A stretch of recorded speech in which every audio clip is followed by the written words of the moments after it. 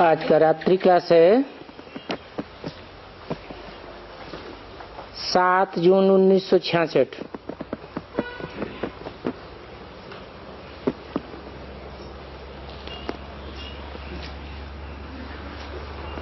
कोई बच्चे घर में भी रहते हैं, फिर यहाँ भी आकर के रहते हैं, परंतु फर्क बहुत हो जाता है।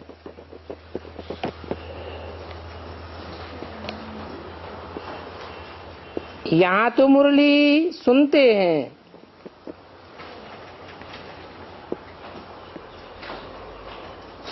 और वहां तो घर में ही रहते हैं।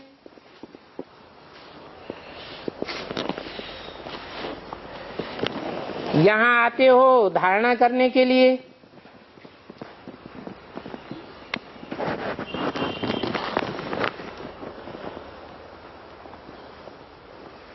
और वहां जाकर के धारणा करानी भी है।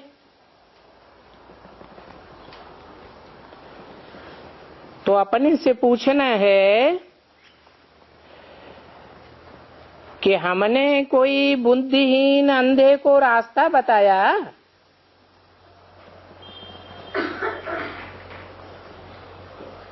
जब तक बच्चियां ये सर्विस नहीं करेंगी,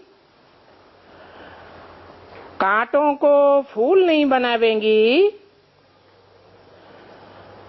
तो ब्राह्मण कैसे कहलावेंगे? ब्राह्मणों का काम है शूद्रों को ब्राह्मण बनाना।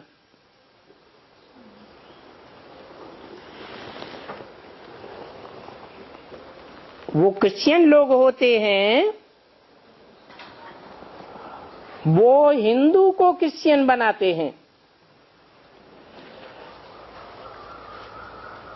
तुम्हारा फिर धर्म है शूद्र को ब्राह्मण बनाना, जो फिर बाद में ब्राह्मण से देवता बने।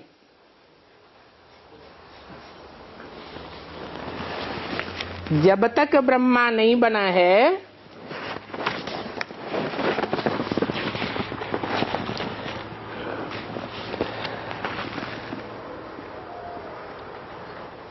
तब तक कोई देवता नहीं बन सकता। पहले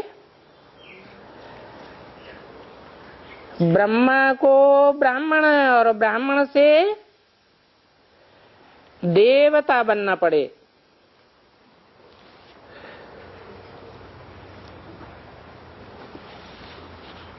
जो ब्राह्मण हैं वो पक्के वैष्णव हैं।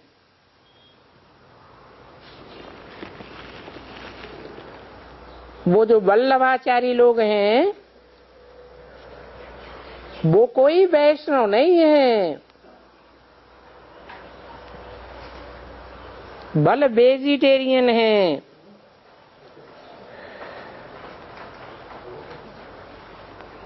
परंतु वैष्णव उनको कहा जाता है जो विष्णुपुरी का मालिक बनने के लिए पुरुषार्थ करते हैं।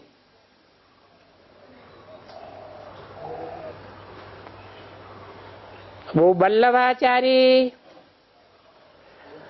वैष्णव संप्रदाय कोई विष्णुपुरी का मालिक बनने के लिए पुरुषार्थ नहीं करते हैं।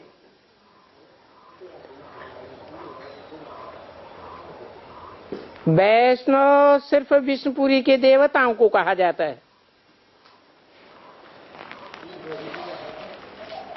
नाम तो बहुत रखे हैं। जो वैष्णव लोग होते हैं, वो कृष्ण के मंदिर को संभालते हैं।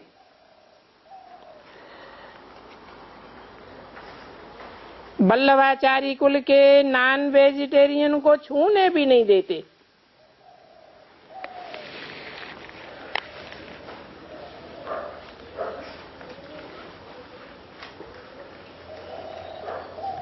भिखारी भी रहते हैं। हाँ, सिर्फ मंदिर के बड़े हैं तो उस बात में अपने को वैष्णव समझते हैं। किसी को छूने भी नहीं देंगे।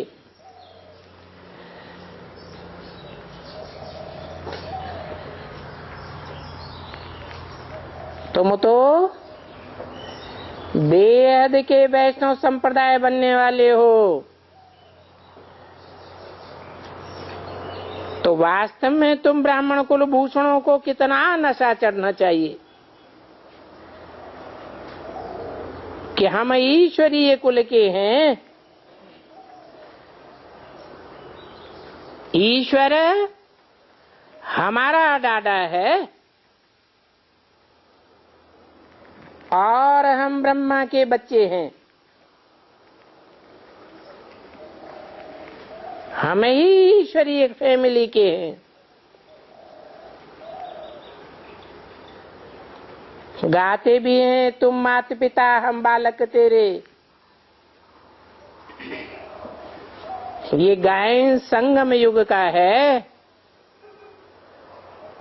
तो तुम्हारी फैमिली हो गई प्रैक्टिकल में। इसको ईश्वरीय कुटुंब कहा जाता है।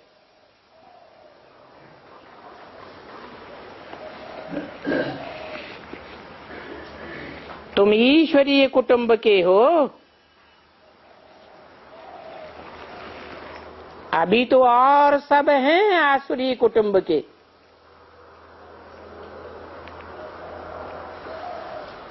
फिर तुम्हें ईश्वरीय कुटुंब का सबको बनाना है।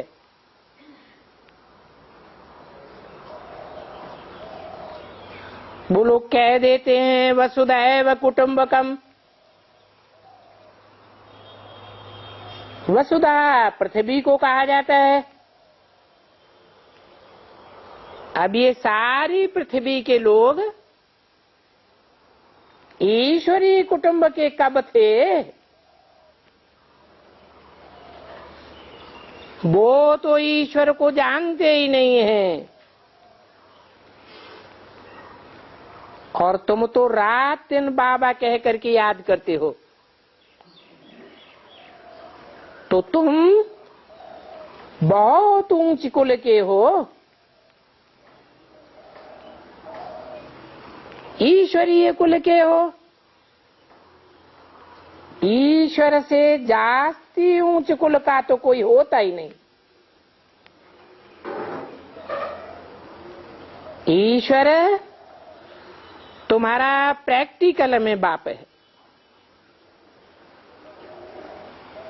अभी तुम ब्रह्मा की औलाद बहुत ऊंच कुल के हो। तुम्हारी बुद्धि में मूलवतन और विष्णुपुरी है। शांति धाम और सुख धाम।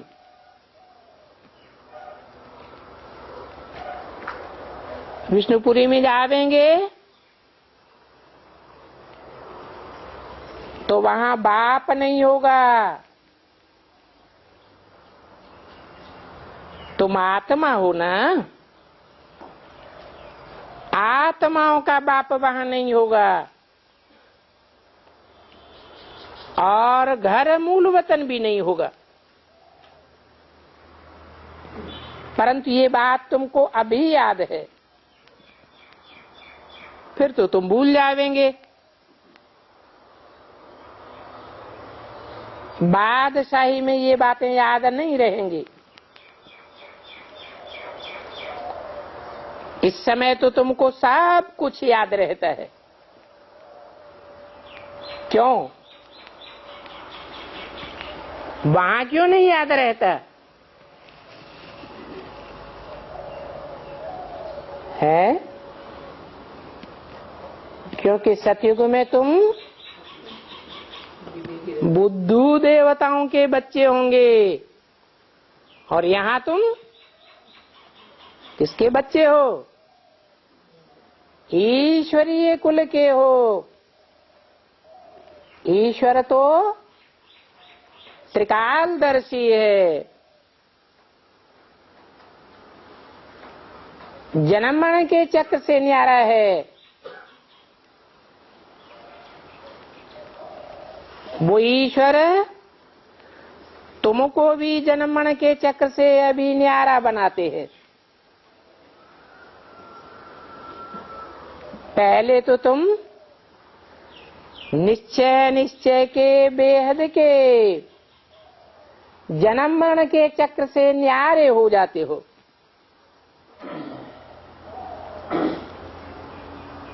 शिव बाबा को बहुत कहते हैं,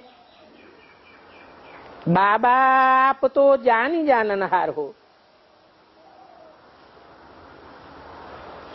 हमारे अंदर की सब बात को जानते हो। बाबा कहते हैं, मैं कोई के अंदर को नहीं जानता हूं,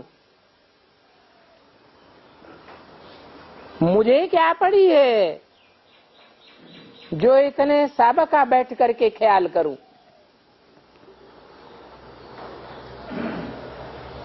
मेरा काम ही है पतितों को पावन बनाना।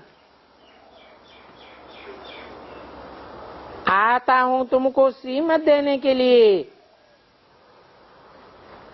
कि मुझे याद करो।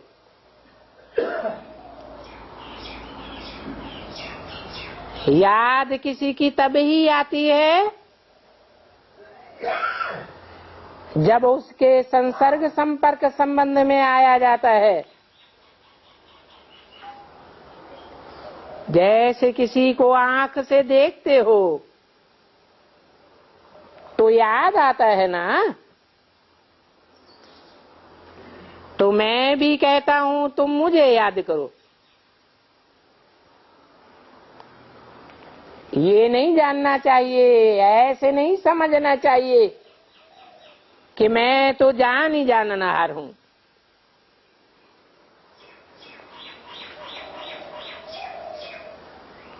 बाबा तो ये भी नहीं जानते हैं कि कल क्या होने वाला है।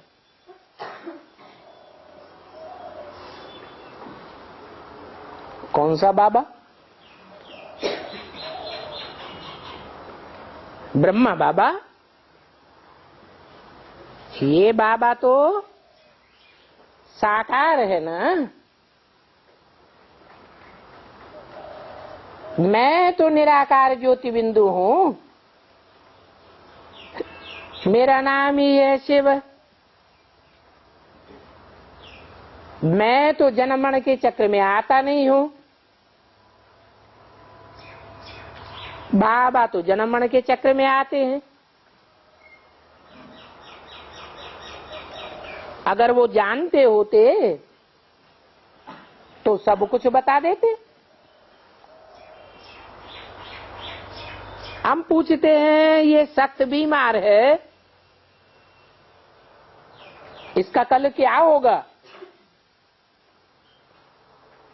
बताओ, जिएगा या मर जाएगा? तो ये बाबा कहते हैं मैं नहीं जानता। फिर तुम तो ये घड़ी घड़ी पूछते रहेंगे। तो तुम बच्चों को रचयिता बाप और उनकी रचना को जानना है। वो बाप तुमको रचना की आदि मध्य अंत का नॉलेज देते हैं।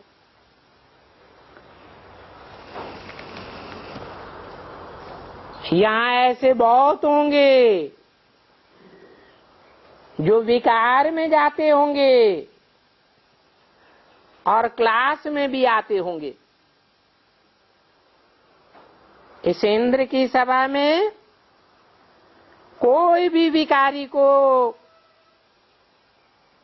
लेकर नहीं आना चाहिए। कोई ब्राह्मणी लेकर आती होगी तो दोनों को बहुत कड़ा दंड पड़ जाएगा। पारस बुद्धि बनने का पुरुषार्थी फिर ऐसा कोई काम करते हैं तो पत्थर बुद्धि बन जाते हैं।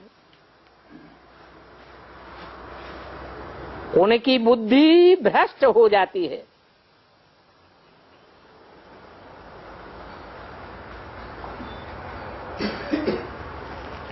तो कहते हैं ऐसे को क्यों लाया?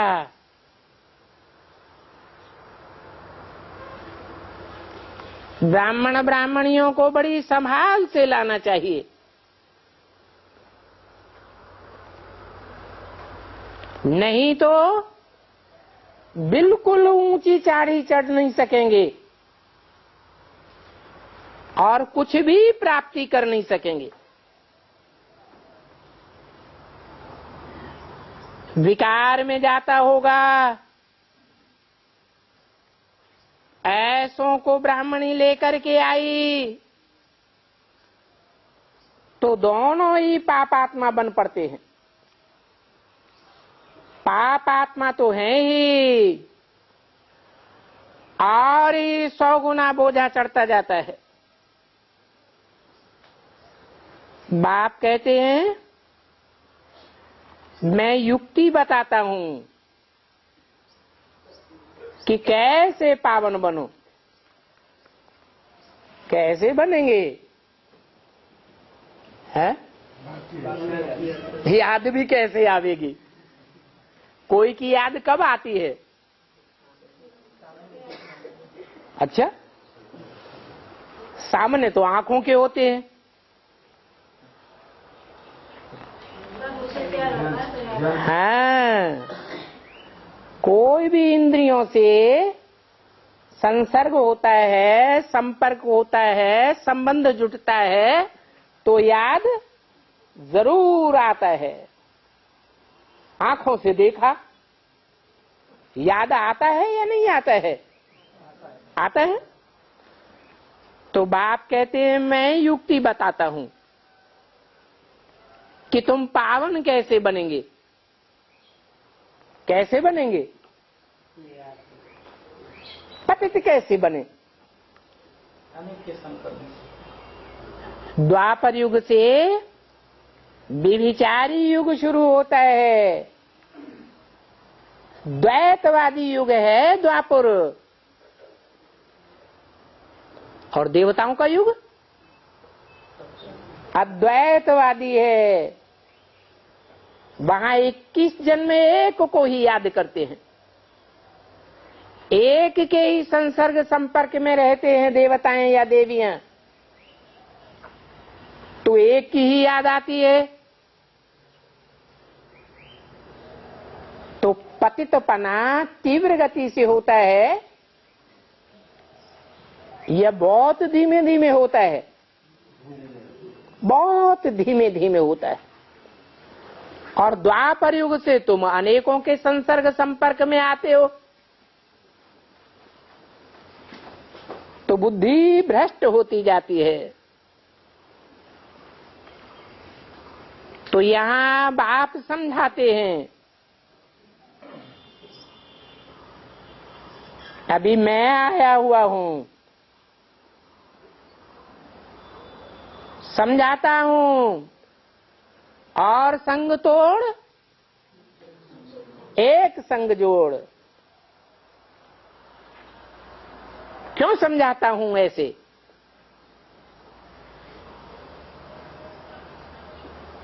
औरों के संग अगर जोड़ते रहेंगे तो याद एक बाप की नहीं आवेगी, दुर्गति को पाए लेंगे। बाबा तो कहते हैं इस ब्रह्मा को भी याद नहीं करना है, इनका फोटो भी नहीं रखना है। दंड देने वाला धर्मराज है, दंड देने वाला मैं नहीं हूं। क्यों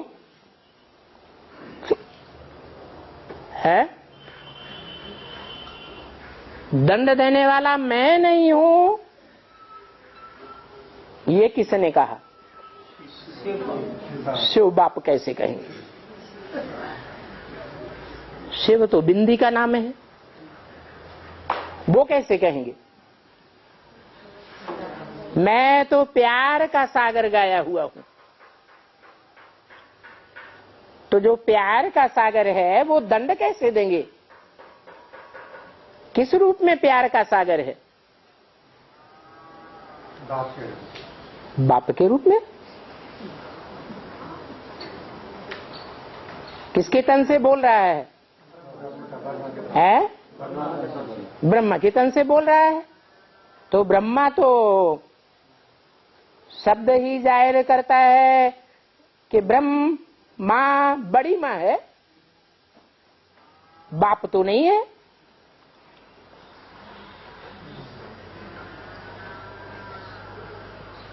तो बाप कौन है? जो प्यार का सागर गाया हुआ है। सागर में तो सब कुछ समाया जाता है। ये इतनी बड़ी पृथ्वी, ये भी सागर में समाई जाती है। इस पृथ्वी पर कितने मनुष्य रहते हैं? 500-700 करोड़ मनुष्य रहते हैं। जब पृथ्वी समा जाएगी तो सारे मनुष्य भी सागर में समा जाते हैं। तो ब्रह्मा के रूपों को कैसे कहेंगे प्यार का सागर? फिर प्यार का सागर कौन है? प्यार के सागर का प्रैक्टिकल रूप कौन है?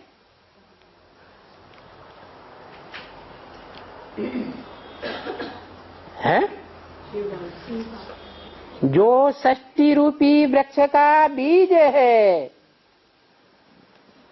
मनुष्य षष्टि रूपी वृक्ष का बीज है, जो कहते हैं कि सारा वृक्ष मेरे में समाया हुआ है।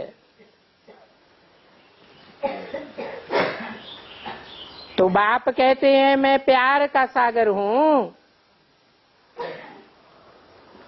मैं धर्मराज नहीं हूं। धर्मराज की डिपार्टमेंट ही अलग है।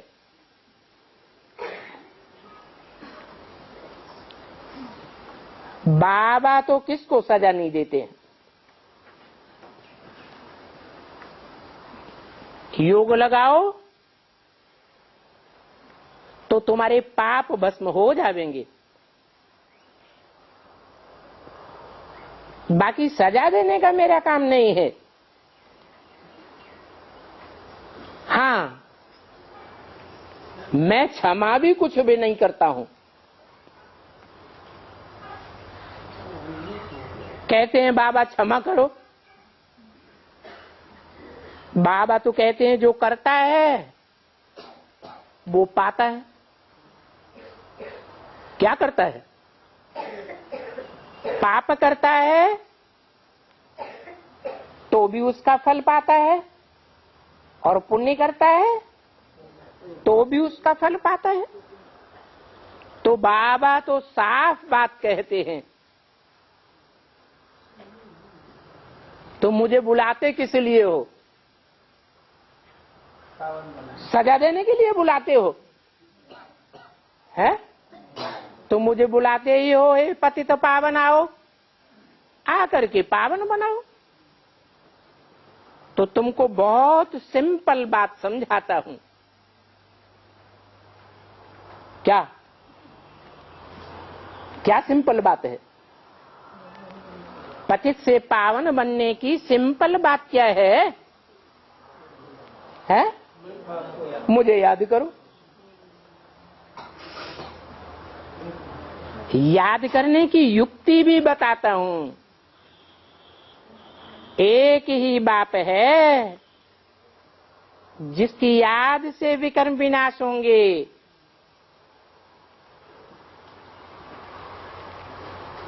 कोई कहे कि एक ही बाप है, बीकेस कहेंगे हाँ एक ही बाप है। कौन? बिंदी बिंदी आत्माओं का बाप।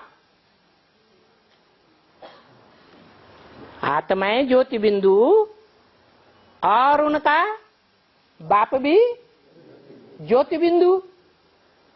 तो ज्योति बिंदु बाप की याद से पावन बनेंगे, क्यों नहीं बनेंगे? है बिंदी से योग नहीं लगता। जब बेसिक में थे तो बिंदी से योग नहीं लगाते थे, है लगाते थे ना। तो फिर एक बिंदी कैसे याद कर सकते है? एक बिंदी को हम कैसे याद कर सकते हैं? अच्छा, सब बिंदियों को याद कर लो। देखने में तो एक तरह ही आवेंगी, है? बिंदी तो देखने में एक जैसा लगता है ना, कैसे बिंदी याद करेंगे? हाँ, ये तो पता ही नहीं चलेगा कि हमने किस बिंदी को याद किया। जब पता ही नहीं चलेगा तो अंतर क्या पड़ेगा? है जैसे भक्ति मार्ग में सर्वव्यापी, वैसे यहां भी बात सर्वव्यापी की हो जाती है। सर्वव्यापी को याद करने से भक्ति मार्ग में तो कोई पतित से पावन बना ही नहीं। तो इस बात की पेक्युलरिटी चाहिए कि वो बिंदी कौन, उसका प्रैक्टिकल रूप क्या है, जिसकी याद से हम पतित से पावन बने।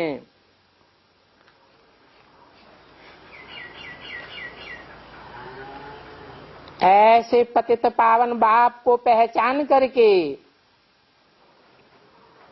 फिर अगर विकर्म करेंगे तो बहुत सजाएं खानी पड़ेंगी। तुम तो जानते हो कि बाप आकर राजधानी स्थापन करते हैं और धर्म पिताएं राजधानी स्थापन नहीं करते हैं। तो मैं जो राजधानी स्थापन करता हूं उसमें साहूकार भी होते हैं और गरीब भी होते हैं, राजा रानी भी होते हैं और दास दासी भी होते हैं। सबसे कम पद है चांडाल चांडालनी का। तो जो यहां आते हैं बाप के बनते हैं, बाप के बन करके फिर पाप करते हैं तो राजधानी में तो आवेंगे, परंतु अंतर क्या पड़ेगा? है नीच पद पा जावेंगे, क्योंकि नई दुनिया स्वर्ग की है पावन राजधानी। उसमें साहूकार भी हैं और गरीब भी हैं। तो बाप को तो अच्छी रीत याद करना है। अच्छी रीति कैसी होती है याद? है अच्छी रीति याद कैसी होती है? याद करना माने याद करना है। अच्छी रीति याद करना माने एक बाप की ही याद आवे, एक बाप दूसरा कोई भी याद ना आवे। कहते भी हैं माम एकम याद करो, तो सबूत देने हैं कि हमने कितनों को समझाया। जितनों को तुम समझाते जावेंगे, संदेश देते जावेंगे, उतनी तुम्हारी प्रजा बनती जाएगी और तुम्हारी प्रजा में भी ऐसे निकलते हैं जो आप समान बनाते हैं। भारत में भी देवताओं के पुजारी बहुत बुद्धिमान थे। रावण ने उनको पत्थर बुद्धि बना दिया। बाप समझाते हैं, जो गीता सुनाने वाले हैं उन्हों के पास जाकर के बैठो।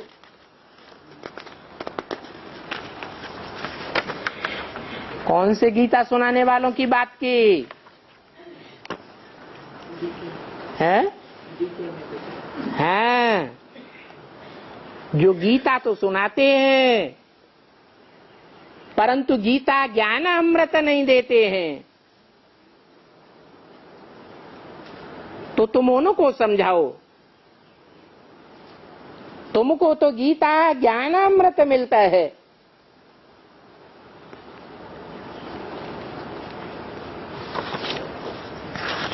अखबार में पढ़ा था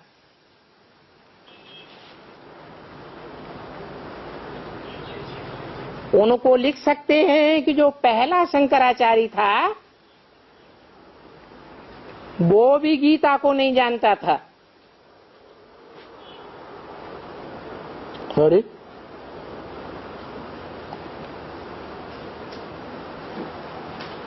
पहला शंकराचार्य सन्यासियों के बीच में सतो प्रधान स्टेज वाला सन्यासी था या तमो प्रधान वाला था, उसके लिए भी बता दिया कि वो भी गीता को नहीं जानता था। जब गीता को ही नहीं जानता था तो गीतापति भगवान को कैसे जानेगा? गीता तो माता है। बच्चा जन्म लेता है तो पहले किसको पहचानता है? माता को पहचानता है, और वो माता को ही नहीं जानता था तो बाप का परिचय किससे मिलेगा? 7-6-66 की वाणी का दूसरा पेज। माता से तो परिचय तब मिले जब माता को जाने। वो तो क्या जानता था? जिस गीता का भाष्य लिखा शंकराचार्य ने, उस गीता को वो जड़ मानता था, जड़ गीता समझता था या चैतन्य गीता समझता था? तो जड़ गीता से बाप की पहचान कैसे होगी? ज्योति बिंदु आत्मा अगर शरीर न धारण करे तो जड़वत है या चैतन्य है? आत्माओं का बाप शिव ज्योति बिंदु भी अगर शरीर न धारण करे तो परम धाम में वो ज्योति बिंदु आत्मा जड़वत है या चैतन्य है? जड़वत हो गई। तो उनसे पूछना पड़े कि गीता का रचयिता कौन है? रचयिता बाप को अथवा पति को कहा जाता है।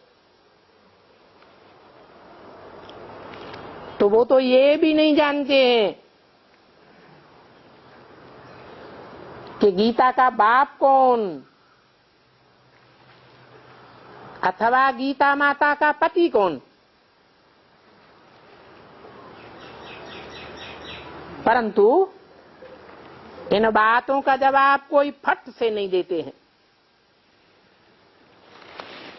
जो सर्विस के शौक वाले हैं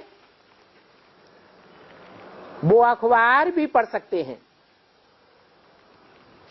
गीता का उपदेश देने वाला देख करके झट लिखो कि ये गीता का उपदेश देने वाले बिल्कुल नहीं जानते बाप को। गीता का भगवान कौन है ये भी नहीं जानते हैं। हद की दुनिया वाले सन्यासी भी नहीं जानते हैं, और ब्राह्मणों की बेहद की दुनिया में जो सन्यासी हैं वो भी नहीं जानते हैं। वो चित्र तो बनाते हैं, कंट्रास्ट तो दिखाते हैं कि गीता का भगवान कौन है। एक तरफ चित्र में दिखाते हैं ज्योति बिंदु निराकार गीता का भगवान, और दूसरी तरफ दिखाते हैं कृष्ण का जड़ चित्र। फिर कहते हैं कृष्ण का जन्म सतयुग में होगा। अब सतयुग में तो 16 कला संपूर्ण देवताएं होते हैं, देवताएं वहां बैठ करके ज्ञान लेंगे क्या?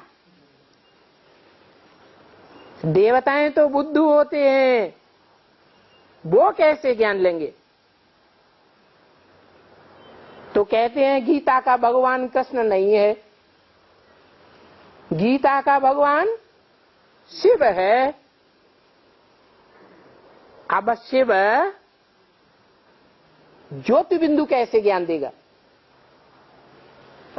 तो कहते हैं कि कृष्ण की आत्मा अपने अंतिम जन्म 84वें जन्म में जब ब्रह्मा के रूप में संसार में प्रत्यक्ष होती है तो ब्रह्मा के साकार स्वरूप को ही गीता का भगवान कहेंगे।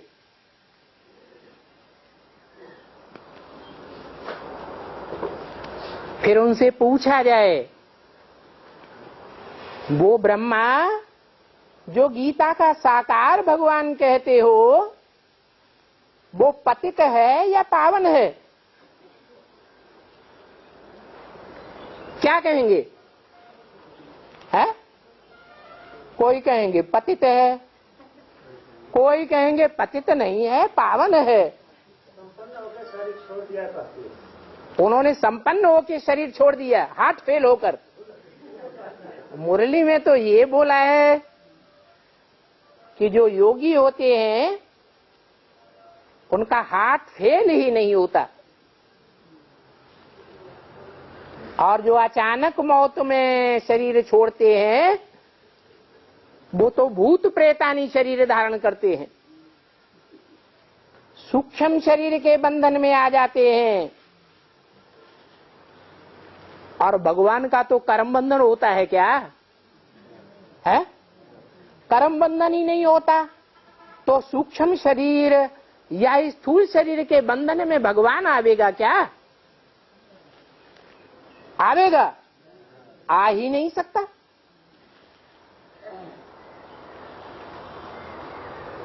तो झट लिखो, ये गीता का उपदेश देने वाले हद के ब्राह्मण हो चाहे बेहद के ब्राह्मण हो, हद के सन्यासी हो चाहे बेहद के सन्यासी हो, ब्राह्मणों की दुनिया वाले, ये कोई भी गीता को बिल्कुल नहीं जानते।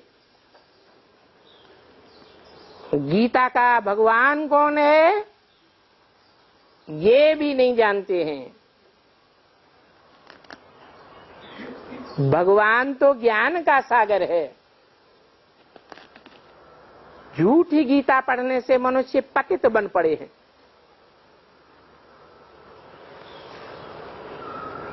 तो बताना चाहिए, हम बतावेंगे कि सच्ची गीता कौन है और झूठी गीता कौन है।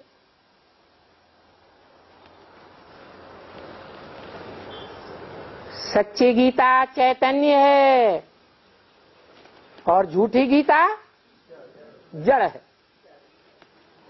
ब्राह्मणों की बेहद की दुनिया में जो झूठी गीता है वो भी जड़त्वमयी है, जड़ बुद्धि है।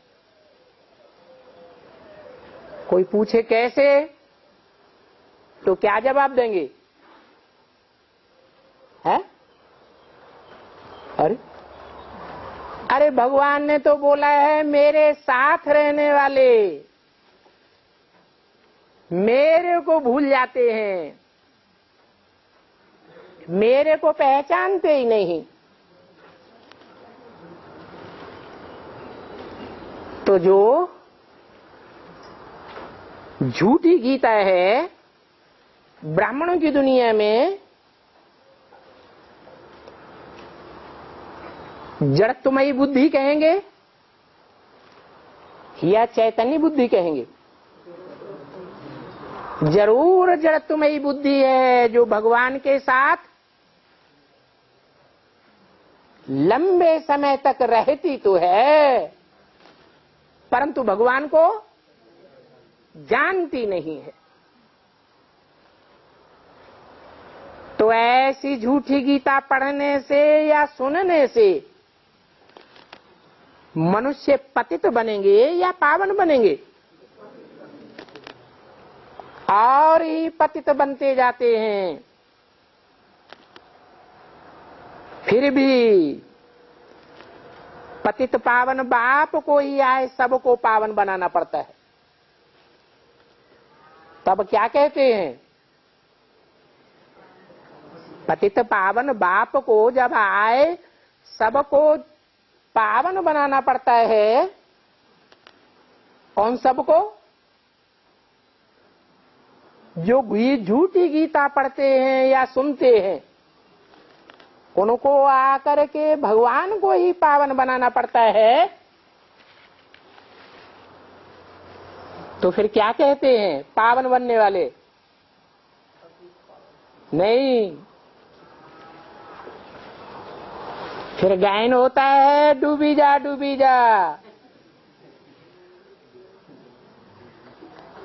जिस झूठी गीता की पूजा करते थे फिर उसको डुबोए देते हैं। शिमला में नैनीताल में प्रदर्शनी हुई। लिखते हैं इतने आए, उनसे लिखवाए कर भी लिया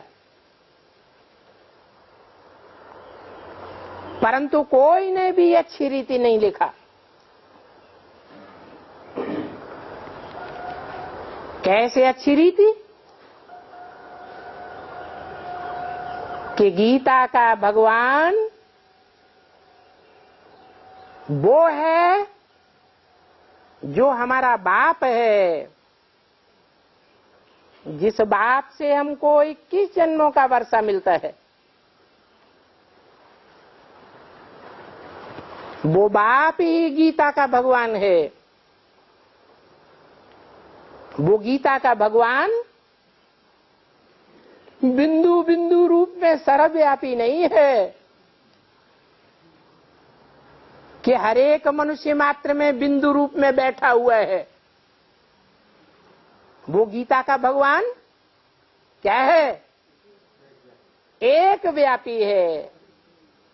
कोई एक ही स्पेशल बिंदु है, एक ही आत्मा है, परम पार्टधारी हीरो पार्टधारी आत्मा है, जिसमें वो प्रवेश करके पतितों को पावन बनाता है। बाकी सर्वव्यापी नहीं है। वो शिव बाबा ब्रह्मा द्वारा 21 जन्म का वर्षा दे रहे हैं।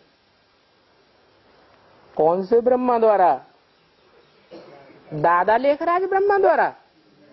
वो तो शरीर ही छोड़ गए, उनके द्वारा कैसे संभव है? कहेंगे गुलजार दादी में प्रवेश करते तो हैं। गुलजार दादी में प्रवेश करते हैं, वो भगवान है या मनुष्य आत्मा है? देव आत्मा है?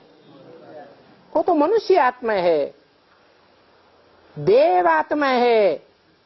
वो देव आत्मा तो ज्ञान की वाणी सुनाई ही नहीं सकती। देवताओं में ज्ञान होता है क्या? वो तो बुद्धू होते हैं। हाँ, देवताओं में धारणा होती है, कोई को दुख नहीं देंगे, सुख ही देंगे, तो धारणावान होते हैं। तो धारणावान आत्मा धारणा की वाणी चलावेगी या ज्ञान की वाणी चलावेगी? तो जो आत्मा ब्रह्मा की गुलजार आदि में प्रवेश करती है वो धारणा की वाणी चलाती है। इससे साबित होता है कि वो भगवान नहीं है। और बाबा ने तो मुरली में बोला है कि मैं सूक्ष्म वतनवासी ब्रह्मा में नहीं आता हूं। क्यों नहीं आता हूं? है?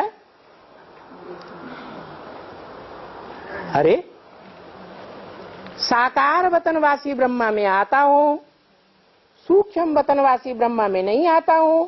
क्यों नहीं आता हूं? क्योंकि सूक्ष्म वतनवासी ब्रह्मा विष्णु शंकर पावन है या पतित है? पावन है। मैं पावन में प्रवेश नहीं करता हूं। किस में प्रवेश करता हूं? मैं तो पतित तन में आता हूं। तो पतित तन वाले ब्रह्मा द्वारा जो सूक्ष्म वतनवासी बनता ही नहीं है, कहाँ रहता है? इस पतित दुनिया में ही रहता है। कब तक रहता है? तब तक रहता है जब तक 500-700 करोड़ की पतित मनुष्य सृष्टि पावन न बने, तब तक इस पतित सृष्टि में ही उसका पार्ट है। क्यों? क्योंकि कोई भी ऐसा बाप नहीं होता जो अपने बच्चों को जलते हुए घर में छोड़ करके भाग जाए। सच्चा बाप होगा तो क्या करेगा? है? पहले बच्चों को बचावेगा, फिर खुद घर से वापस बाहर जावेगा। तो मैं ऐसे ब्रह्मा के द्वारा जो सूक्ष्म वतनवासी नहीं है, साकार पतित मनुष्य का पतित सृष्टि का वासी है, उस प्रजापिता ब्रह्मा द्वारा 21 जन्म का वर्षा दे रहा हूं। ये बात पक्के रूप में बुद्धि में नहीं रहती है, नहीं तो इतनी ब्रह्मा कुमारियां हैं, सबकी बुद्धि में बैठना चाहिए। सब उस बाप से वर्षा ले रही हैं। अगर उनको निश्चय बैठ जावे तो मिलने बगैर ठहर नहीं सकते। क्या? बल मुख से कहती हैं क्या कि प्रजापिता इस सृष्टि का वासी है। प्रजापिता ब्रह्मा से मनुष्यों को वर्षा मिलता है, मुक्ति, जीवन मुक्ति का, परंतु निश्चय नहीं है। निश्चयात्मक बुद्धि से नहीं कहती है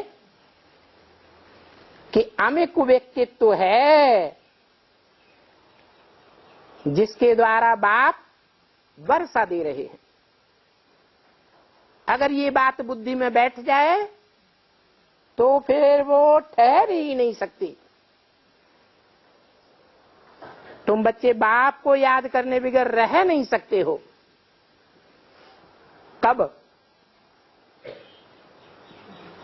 जब बुद्धि में ये बैठ जाए कि वो पतित पावन निराकार ज्योति बिंदु आत्मा बाप, जो आत्माओं का बाप है, वो इस मुकर्रर रथ प्रजापिता ब्रह्मा के तन में आया हुआ है। बाप के साथ बहुत प्यार चाहिए, बहुत योग चाहिए, निरंतर योग चाहिए। वो निरंतर योग बिंदी बाप के साथ ठहरेगा या वो परमपिता परमात्मा शिव ज्योति बिंदु किसी मुकर्रर साकार रथ में प्रवेश करके पार्ट बजाता है, तब बुद्धि में निरंतर याद बैठेगी। अब बैठेगी। 63 जन्म से साकार के साथ बुद्धि योग जुटता आया है। बच्चा पैदा होता है, शिशु रूप में उसे किसकी याद आती है? माँ की साकार रूप में याद आती है। बच्चा बड़ा होता है, मित्र संबंधियों के साथ खेलने जाता है, किसकी याद आती है? माँ से बुद्धि योग टूट पड़ता है, मित्र संबंधियों के साथ बुद्धि योग जुट जाता है। वो मित्र संबंधी बिंदु होते हैं या साकार होते हैं? साकार होते हैं। फिर और बड़ा होता है, स्कूल में जाता है, तो बुद्धि योग टीचर के साथ जुड़ जाता है। न उतने मित्र संबंधी याद आते हैं, न माँ याद आती है। तो टीचर साकार होता है या निराकार होता है? साकार होता है। बच्चा पढ़ लिख के बड़ा हो जाता है, शादी हो जाती है, तो किससे बुद्धि योग जुट जाता है? पत्नी के साथ जुड़ जाता है। तो 63 जन्म की आत्माओं में रग पड़ी हुई है बुद्धि योग जोड़ने की और तोड़ने की। किसके साथ टूटता है और किसके साथ जुड़ता है? साकार के साथ टूटता है और साकार के साथ ही जुड़ता है। तो तुम्हारा बहुत योग चाहिए, निरंतर योग चाहिए। क्या बिंदी के साथ जुटेगा निरंतर? कि बिंदी को खींच खींच के याद करना पड़ता है? क्या अनुभव है? बेसिक में जब बेसिक ज्ञान लिया तो परिचय तो मिला ज्योति बिंदु बाप का, खींच खींच के याद करते थे या सहज याद आती थी? चौकड़ी मार के बैठ तो जाते थे, लेकिन याद क्षण भर भी नहीं टिकती थी। तो बाप तो कहते हैं बहुत योग चाहिए, तब तुम सर्विस कर सकते हो। क्या? जब तुम्हारी बहुत याद होगी, निरंतर याद होगी, तब तुम बहुत सर्विस कर सकेंगे। बोलो, बेहद का बाप स्वर्ग का वर्षा दे रहे हैं, स्वर्ग भी साकार में होगा और स्वर्ग का वर्षा भी साकार में होगा और बाप भी साकार में आया हुआ है। समझाने के लिए तुम माताओं को खड़ा होना है। क्यों? माताओं को क्यों, पिताओं को क्यों छोड़ दिया है?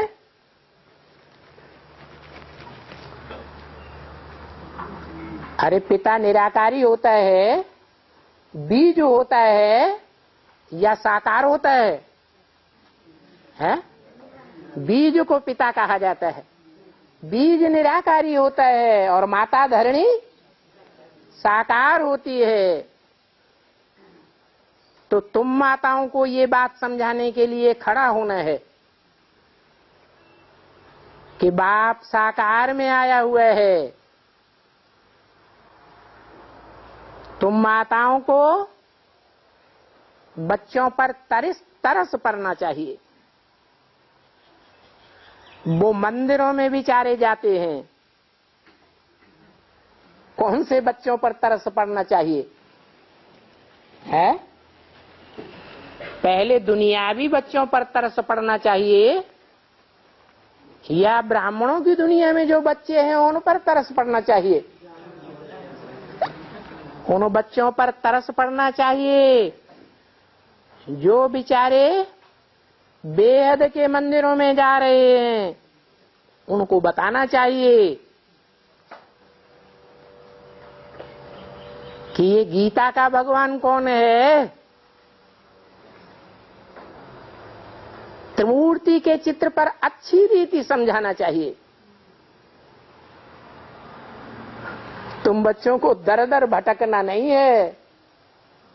क्या इशारा दिया है? दर माने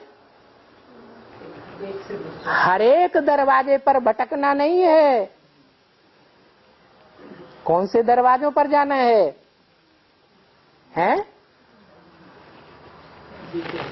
जो मंदिर हैं बेहद के, उन बेहद के मंदिरों में गीता पाठी ब्राह्मणों के पास जाना है जो रोज गीता सुनते हैं। उनको समझाना है।